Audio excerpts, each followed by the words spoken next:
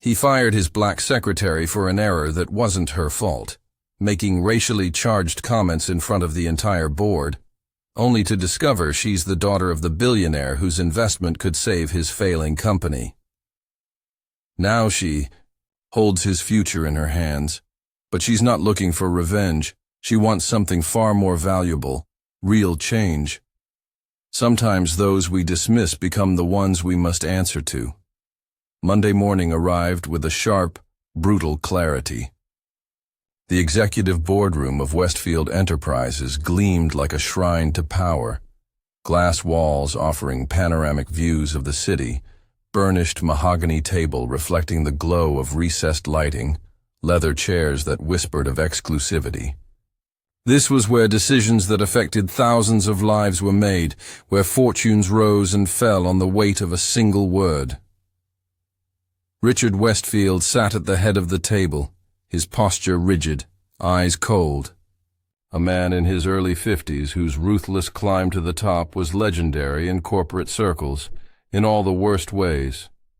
The board members and executives sat unnaturally still, their tension palpable, despite the practiced calm of their expressions. Everyone knew today's meeting with Coleman Investments could determine whether Westfield Enterprises survived its current financial crisis. Zara Johnson stood near the presentation controls, her dark skin contrasting with the crisp white blouse and charcoal gray suit she wore. As executive assistant to the CEO, she wasn't a decision maker, but her position placed her at the nexus of information flow. 6 months into the job, she had already proven herself extraordinarily capable, something that several in the room had noticed, and one in particular seemed to resent. "Let's begin," Richard announced, nodding toward Zara. The presentation commenced flawlessly, Zara moving through the slides with practiced efficiency, the executives delivering their portions with rehearsed conviction. The representatives from Coleman Investments watched with stone-faced neutrality, revealing nothing. Until the financial projections segment. Zara pressed forward to display the next slide, but instead of the meticulously prepared forecast charts, an error message flashed across the screen. "File not found." The room fell silent. 20 pairs of eyes swiveled toward Zara. "What's happening?" Richard's voice cut through the silence like a blade. Zara's fingers moved swiftly across the tablet. "I'm checking, sir. The file was verified last night." Her voice remained steady even as a cold weight settled in her stomach. "Fix it," Richard hissed. "Now." She tried 3 different approaches in rapid succession, each failing. The Coleman representative, a serious man in his 60s, checked his watch pointedly. "I apologize for the technical difficulty," Richard offered with a tight smile. "Ms. Johnson, perhaps you could retrieve the backup presentation?" "Of course." Zara stepped away, already accessing the cloud storage through her tablet. But the backup file showed the same error. She felt a trickle of sweat down her spine despite the aggressive air conditioning. After 2 excruciating minutes, Richard's patience evaporated. "This is completely unacceptable," he snapped, rising from his chair. His eyes narrowed as he approached Zara, each step deliberate and threatening. "I confirmed everything last night," Zara explained, her voice professional despite the anxiety coursing through her. "The IT logs should show—" "The logs?" Richard laughed, a sharp, humorless sound. "Do you think Coleman Investments cares about IT logs? Do you think they're impressed by excuses?" One of the executives tried to intervene. "Richard, the tech team reported server issues this morning. Perhaps Ms. Johnson should have anticipated potential problems instead of wasting everyone's time." Richard's voice dropped to a dangerous register. "This is the problem when companies prioritize diversity quotas over competence." The room went deathly still. Several executives stared at their hands, uncomfortable but unwilling to intervene. The Coleman representatives exchanged glances. "I've seen this before," Richard continued, emboldened by the silence. "Hire someone to check a box, then act surprised when they can't perform." He turned to the room with a cold smile. "Tell me, was there not a single qualified candidate who didn't come with the diversity bonus?" Zara stood perfectly still, her face a mask of composure that betrayed none of the storm raging within. She didn't flinch, didn't look away, just met Richard's gaze with quiet dignity that made him falter momentarily before doubling down. "Pack your things, Ms. Johnson. You're terminated, effective immediately." The words dropped like stones in still water. "Security will escort you out." The eldest Coleman representative stood abruptly. "I believe we've seen enough for today, Mr. Westfield." He gathered his materials. "We'll be in touch." The delegation filed out without another word. Only when the last visitor had left did someone speak. "That was completely unnecessary," Miranda Chen, the CFO, said quietly. Richard ignored her. "Someone call IT and salvage this disaster." He turned to his remaining executive assistant. "And find me a replacement who can actually do the job." Zara closed her tablet, straightened her spine, and walked toward the door with measured steps. She didn't rush, didn't slink away in shame. Her footsteps echoed in the silent room, the sound of dignity refusing to crumble under the weight of injustice. Only when the elevator doors closed did she finally exhale, her hands trembling slightly. Not from fear, but from the effort of containing her rage. She looked at her reflection in the polished metal. A woman of 32, dark brown skin, closely cropped natural hair, eyes that had witnessed too much of this world to be surprised by what had just occurred. "This wasn't the end," she whispered to herself. "This was just the beginning." 3 days after the disastrous meeting, Westfield Enterprises was in damage control mode. The IT department had discovered and documented that a server migration error had corrupted key presentation files. The failure had nothing to do with Zara's preparation or competence. Several executives had urged Richard to reach out and offer Zara her position back, perhaps with compensation for the wrongful termination. Richard had refused. "The decision is made," he'd stated flatly. "We move forward, not backward." What Richard didn't know, what no one at Westfield knew, was exactly who Zara Johnson really was. On Friday morning, Richard's executive team gathered in the conference room for an emergency meeting. Coleman Investments had requested a second presentation, surprising everyone after the disaster of the first encounter. More surprising still was their insistence that the meeting take place at Coleman's downtown headquarters, rather than at Westfield. "This is unusual," Miranda noted. "They typically prefer clients to come to them only for the final signing." "Perhaps they're reconsidering their position," Richard suggested, adjusting his tie in the reflection of his phone. "Our fundamentals are strong, despite the presentation mishap." The team arrived at Coleman Investments' sleek headquarters precisely on time. They were escorted to the top floor, a space of understated elegance that spoke of old money and thoughtful taste rather than flashy excess. The Coleman team was already seated when they entered. At the head of the table sat James Coleman himself, a legend in investment circles, known as much for his discretion as for his uncanny ability to identify undervalued companies. Beside him sat a younger man, presumably an associate, and an empty chair.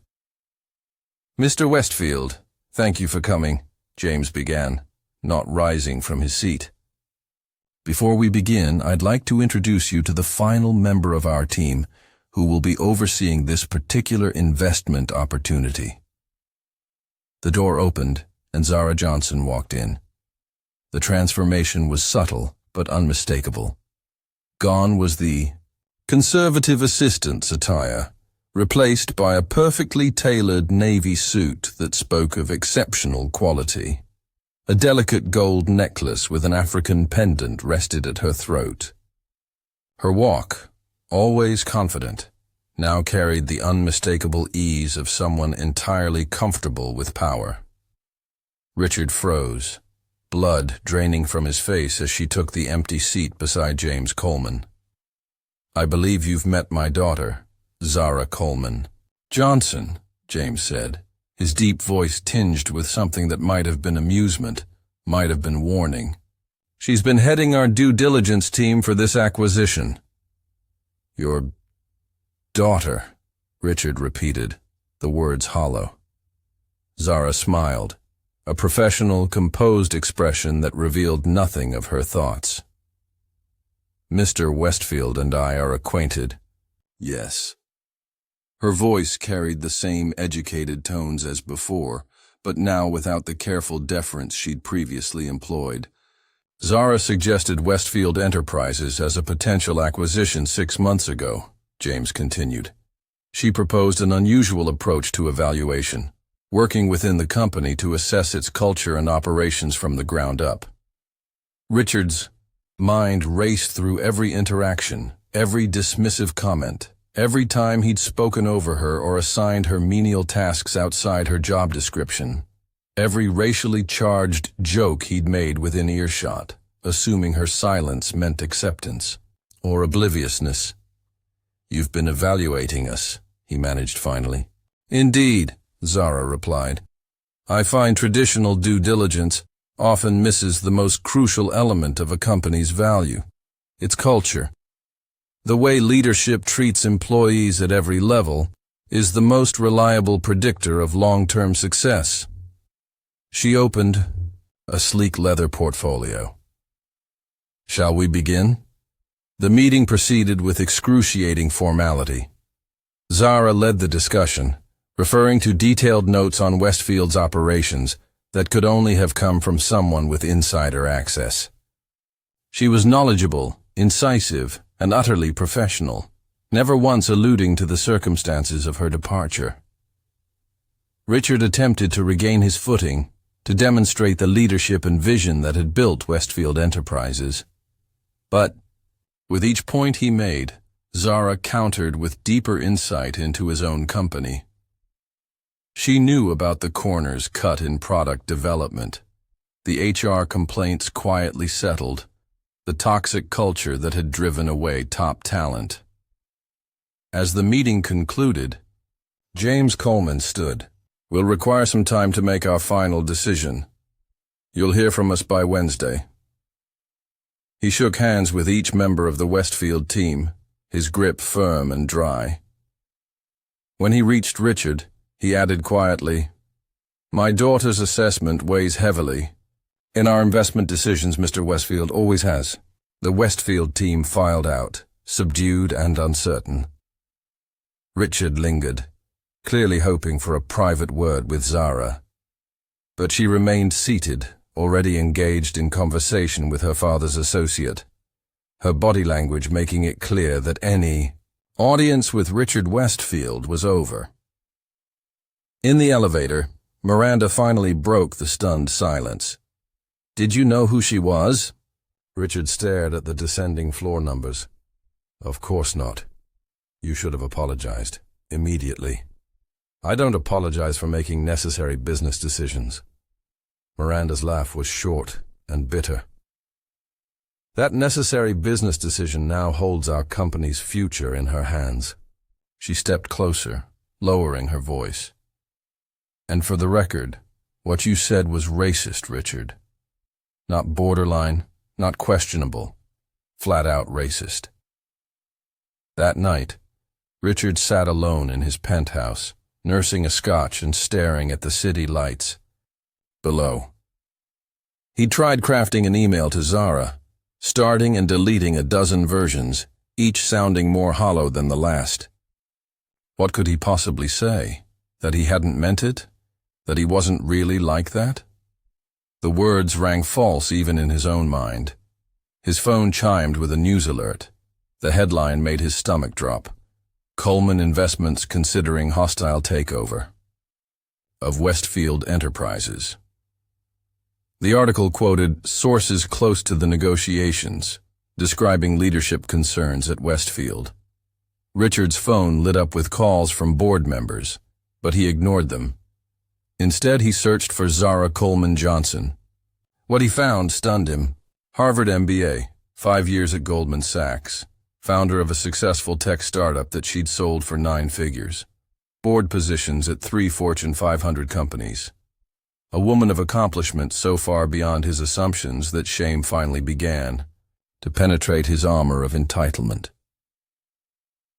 The board called an emergency meeting the following morning. Richard arrived to find several members already huddled in conversation, falling silent as he entered. The Coleman offer came through an hour ago. Vincent, the chairman, announced without preamble. They're offering to buy controlling interest at 30% below market value. That's robbery, Richard protested. It's 15% more than we're likely to be worth if they publicly walk away, Miranda countered. The market already caught wind of their concerns. Vincent slid a document across the table. Coleman has one non-negotiable condition: management changes. Richard stared at the paper. They want me out. Not just you. They want oversight of all new executive appointments and a complete restructuring of HR and corporate culture. Vincent's expression was grave. They're not just buying our company, Richard. They're dismantling your legacy. The debate raged for hours. Some board members argued for fighting the takeover. Others insisted surrender was their only option given the company's precarious financial position. Richard sat in numb silence as his company, his life's work, was dissected as a failing enterprise in need of salvation. We need more time, he finally said. I want to speak with Zara Coleman personally. Vincent shook his head. She's declined any private meetings and said all communication should go through proper channels. Then I'll go to her father. James Coleman has made it clear he's delegated this acquisition entirely to her. Vincent's voice softened slightly. Richard, you have to face reality. You humiliated this woman publicly with racist comments, then fired her. Now she controls whether our company survives. There's no scenario where you remain CEO. That afternoon, a video mysteriously appeared on social media. A cell phone recording of Richard's tirade in the boardroom, his dismissive comments about diversity hires clearly audible. By evening, it had gone viral. Westfield racism trending nationwide. Major clients began issuing statements distancing themselves from Westfield Enterprises. The stock plummeted in after-hours trading. Richard sat in his darkened office, watching his professional reputation disintegrate in real time. His phone buzzed, a text from an unknown number. Plaza Hotel Oak Room, 8 p.m. Come alone. The Oak Room was nearly empty when Richard arrived. Zara sat at a corner table, a single glass of wine before her. She didn't stand as he approached, merely gestured to the chair across from her. Thank you for coming, he began, his voice hoarse. I didn't do it, she said immediately. The video, that wasn't me. Richard blinked in surprise. Then who? Your culture created that leak, Richard. When leaders behave as you did, they create environments where betrayal becomes an act of justice. She took a sip of wine. I would never have recorded that meeting. It would have been unprofessional. He studied her, trying to reconcile this composed, commanding woman with the assistant he'd so carelessly dismissed. Why did you agree to meet me? Professional courtesy. You're about to lose your company, and you deserve to hear why directly. She set her glass down. It's not revenge. If that's what you're thinking, then what is it? Business. She folded her hands on the table. Your company has excellent fundamentals, innovative products, and talented people. But its leadership, specifically you, has created a culture that devalues certain employees based on immutable characteristics. That's not just morally wrong, it's financially stupid. Richard flinched but didn't interrupt. You don't just have a Richard Westfield problem. You have a systemic issue that's costing you talent, innovation, and ultimately market share. Her eyes held his, unwavering. My father taught me to invest in people first, product second. You've failed the first test so thoroughly that the second becomes irrelevant. I was wrong, Richard said finally. What I said was inexcusable. Yes, it was. She didn't soften, didn't offer absolution. But this isn't about one incident. It's about who you've revealed yourself to be. Someone who views certain people as inherently less competent based on their race, gender, or background. People can change, he argued. They can. But corporations don't gamble $60 million on personal redemption arcs. She stood, gathering her coat. The offer expires tomorrow at noon. If the board accepts, you'll receive a generous severance package and a quiet exit.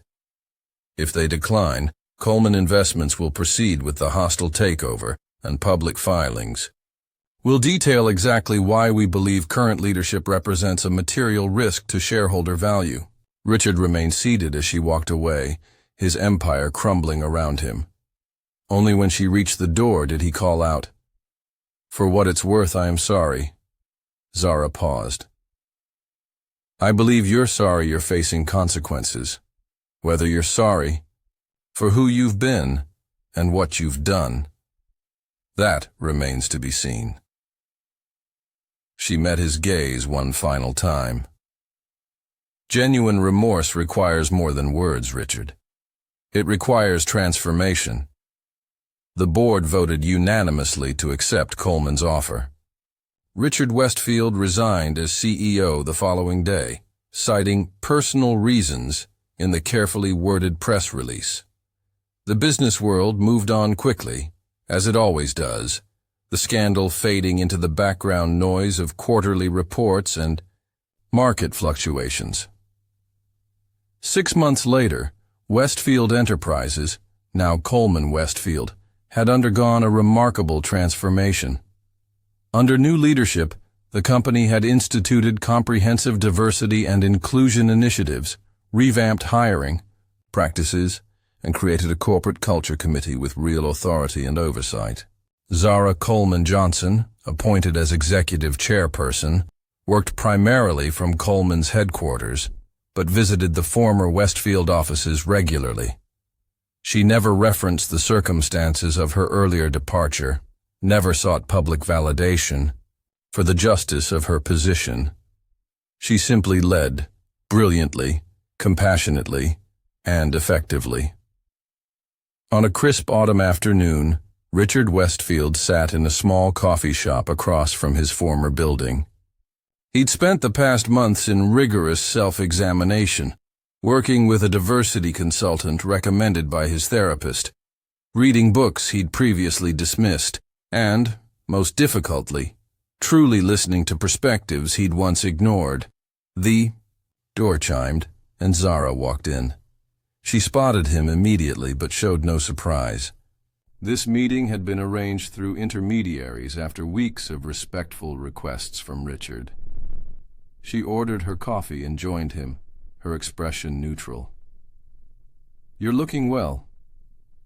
"Thank you for agreeing to meet," he said. "I know your time is valuable." She nodded, but didn't fill the silence. "I've been doing a lot of thinking," he continued, "about who I was, the harm I caused, not just to you, but to so many others over the years." He met her eyes directly. "I'm not asking for forgiveness or a second chance. I just wanted you to know that you were right. About everything. Zara studied him, her expression softening slightly. Change is hard work. The hardest I've ever done. He smiled faintly. I'm teaching now. Business ethics at the community college. The irony isn't lost on me. And how is that going? Humbling. Rewarding. He hesitated. I share our story with my students, not as a cautionary tale about getting caught, but as an example of how privilege blinds us to our own prejudice. Zara sipped her coffee thoughtfully. Most people in your position would have retreated into bitterness, convinced themselves they were the victim. I considered that path, he admitted. It seemed easier, but it wouldn't have been true. They talked for nearly an hour, not as former adversaries, but as two professionals with a complicated shared history. Richard asked about the company. Zara spoke of its progress without triumphalism. Neither mentioned reconciliation or return. Some bridges, once burned, aren't meant to be rebuilt. As they prepared to leave, Richard asked the question that had haunted him for months. If I had apologized immediately, truly apologized, would it have changed anything? Zara considered this carefully. An apology wouldn't have changed who you were in that moment, but it might have shown capacity for who you could become. She gathered her things. But we don't move forward by rewriting the past, Richard. We move forward by creating a different future. She extended her hand, and he shook it. A professional courtesy between equals. Nothing more, nothing less. Good.